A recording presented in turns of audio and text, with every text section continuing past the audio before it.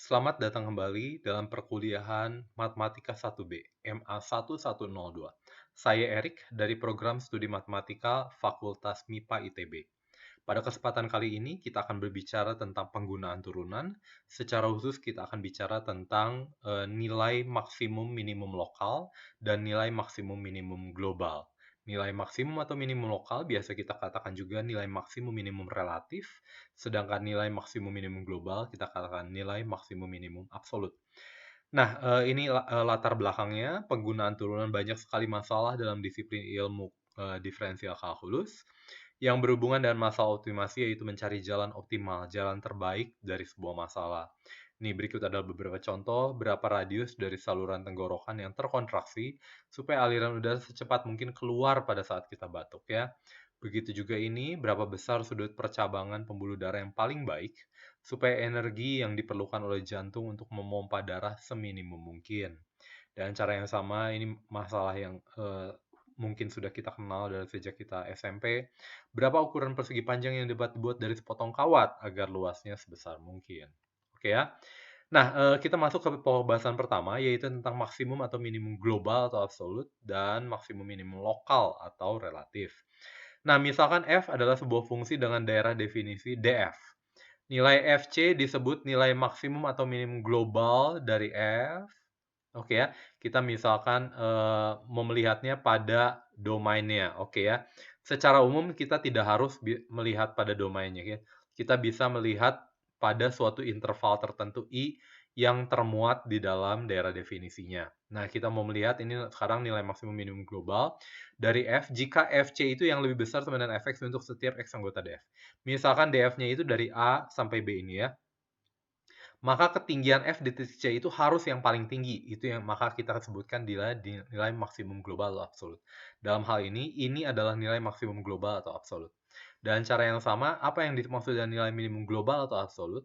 Artinya kalau ketinggian di titik itu yang paling rendah untuk seluruh X di A sampai B. Jadi tentunya ini adalah yang kita sebut, maaf, ini ya, ini adalah nilai absolut atau nilai minimum global ya. Oke ya.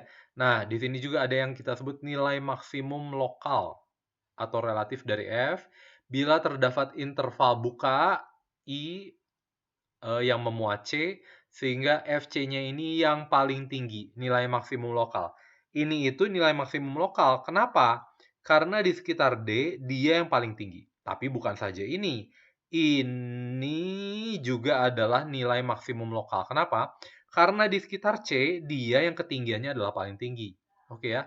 Bagaimana dengan yang ini? Ini kita sebut nilai minimum lokal.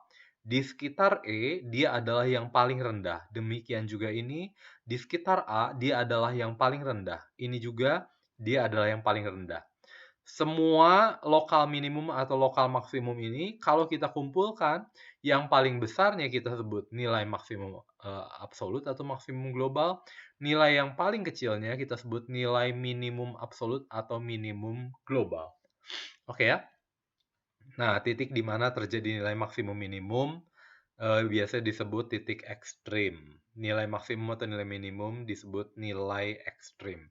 Jadi titiknya adalah C, ini adalah titik maksimum lokal. Nilai maksimum lokalnya itu adalah ketinggiannya ya. Kita sebut nilai ekstrim. Oke. Nah, amatilah fungsi berikut. Oke. Jadi di sini maksimumnya ada maksimum ini ya. Minimumnya ada, minimumnya ada. Oke ya. Di sini maksimumnya ada, minimumnya ada. Kalau di sini maksimumnya ada, tidak ada ya. Karena di sekitar ini yang paling tinggi yang mana? Yang paling tinggi ini, tapi dia ketinggian di titik itu di sini. Jadi dia bukan maksimum. Di titik ini, misalkan di sini adalah titik C, dia bukan maksimum karena ketinggiannya itu di sini. Padahal yang di sekitarnya dia lebih tinggi, maka dia bukan maksimum dong. Oke ya. Minimumnya tentunya minimumnya ini. Oke ya. Nah, bila F continue pada daerah definisinya, misalkan saya punya F tidak harus pada oke ya, F continue dan daerah definisinya misalkan berupa selang tutup AB, maka F mempunyai titik maksimum dan minimum. Perhatikan ketika saya punya F kontinu pada interval tutup dan terbatas, F yang kontinu pada interval yang tutup dan terbatas, maka F-nya itu pasti mempunyai keduanya, yaitu maksimum dan mempunyai minimum. Oke ya. Nah, berikut ini pada interval tutup dan terbatas, AB dia punya maksimum, dia juga punya minimum. Dengan cara yang sama, interval tutup dan terbatas, itu dari A sampai B, dia punya maksimum, yes. Punya minimum di sini. Begitu juga kalau ini punya maksimum adalah ini, dan ini minimumnya adalah ini. Dan cara yang di sini, apakah dia punya maksimum? Ya, maksimum mutlaknya tidak punya ya. Maksimum mutlaknya tidak punya. Tapi ini juga bukan maksimumnya. Oke, berarti di sini maksimumnya tidak ada ya. Tapi kenapa? Ya, tidak dijamin. Ya, karena ini bukan fungsi yang kontinu. Dan cara yang sama fungsi ini ya, ya dia punya asimtot vertikal. Dia punya minimum?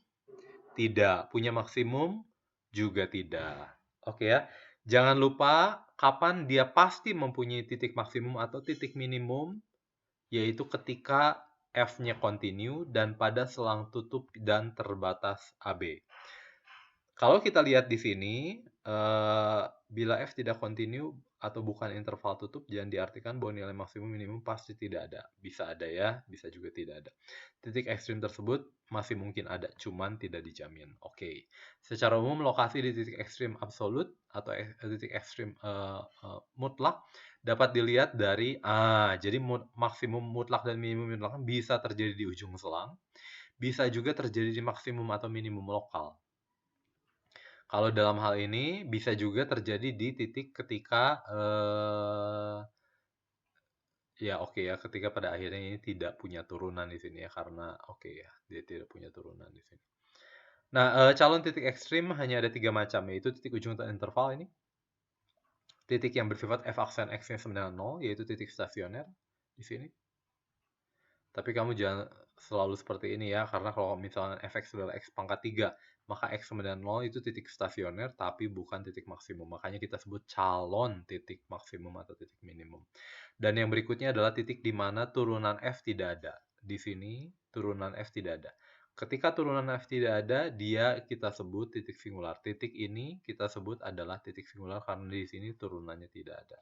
Kenapa? Karena tidak kontinu ya. Kalau tidak kontinu maka turunannya tidak ada. Kamu sudah tahu ya.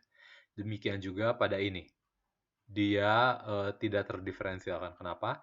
Karena kan ini punya sebenarnya kalau saya mau lihat kemiringannya yang mana? Yang kiri atau yang kanan, kita sudah pernah bahas ya. Dalam hal ini dia tidak punya turunan di sini, dia juga tidak punya turunan di sini. Nah, titik ini kita sebut adalah titik singular. Titik ini, kedua titik ini kita sebut titik singular. Jadi untuk mendapatkan titik ekstrim global, kita kumpulkan semua titik ujung, titik kritis dari fungsi f, lalu kita hitung nilai fungsinya. Nilai yang paling besar adalah nilai maksimum, dan yang paling kecil adalah nilai minimum. Ini ada beberapa contoh soalnya, mari kita coba mengerjakan beberapa soalnya. Nah, kamu lihat ini, tentukan maksimum dan minimum dari fungsi ini. Ingat, karena saya punya fungsi pada interval yang tutup dan terbatas, nilai maksimum atau minimumnya, nilai maksimum dan nilai minimumnya, pasti keduanya ada. Oke ya, pasti keduanya ada. Dijamin oleh teorema yang tadi sudah kita bahas. Calon titik ekstrimnya jadi apa? Calon titik ekstrimnya ada apa? Yang pertama adalah titik stasioner. Titik stasioner itu adalah apa? Titik ketika turunannya sama dengan 0. Kita cari turunannya adalah ini. Lalu saya bisa keluarkan min 6x, sisanya adalah x ditambah 1. Sehingga ketika saya membuat ini menjadi 0, maka pembuat 0-nya adalah 0 dan x sama dengan minus 1 ya. Oh, maaf. Ini X sama dengan minus 1. Oke, tidak ada titik singular. Kenapa? Karena turunannya itu ini selalu ada untuk seluruh X bilangan real. Oke ya, karena dia adalah polinom. Mempunyai turunan di mana-mana. Tidak ada yang tidak punya turunan. Titik ujung selang adalah min setengah, 2. Oke ya, di sini saya uji F0-nya adalah 0, F1-nya adalah, ini F1-nya tidak perlu ya. Ini adanya min 1, tapi min 1 kan tidak termasuk di sini. Makanya saya hapus saja. Oke ya. Jadi saya punya F0-nya adalah ini, min setengahnya adalah 1, F2-nya adalah minus 20. Yang paling kecil jadi nilai minimum mutlak atau nilai maksimum mutlak pada interval tutup min setengah 2 ini, tutup dan terbatas. Jadi nilai maksimumnya apa? Adalah 1, dia terletak pada X sama dengan min setengah ya. X sama dengan min satunya tidak ada. Oke ya. Dan nilai minimumnya terjadi adalah minus 20 saat X sama dengan 2. Oke ya. Satu contoh lagi, coba kita tentukan maksimum minimum dari fungsi X pangkat 2 per 3, yaitu akar pangkat 3 dari X kuadrat. Oke ya, pada min 1 dan 2. Wah, kalau ini kayak saya tulis akar pangkat 3 dari X dipangkatkan 2 jadi beda hasilnya ya. Beda hasilnya ya. Oke, oke, perlu dipikirkan. Nah, fungsi G kalau saya tulis dalam bentuk seperti ini, dia terdefinisi di mana-mana ya. Di negatif ada, biasanya akar kan nggak punya negatif ya. Tapi saya punya akar pangkat 3, akar pangkat 3. Oke ya. Akar pangkat 3, ini pangkat 2. Oke, oh masih terdefinisi dan baik ya. Oke, dan fungsi G ini terdefinisi di mana-mana. Calon titik ekstrimnya adalah apa? Titik stasioner, yaitu saya cari turunannya adalah ini. Oke, di setiap titik. Tapi dia tidak punya titik stasioner. Kenapa? Karena kalau dia tulis sama dengan 0, nilai X berapa supaya jadi 9,0? Tidak ada jawabnya. Sehingga dalam kasus ini kita tidak mempunyai titik stasioner. Titik singular adalah 0. Kenapa?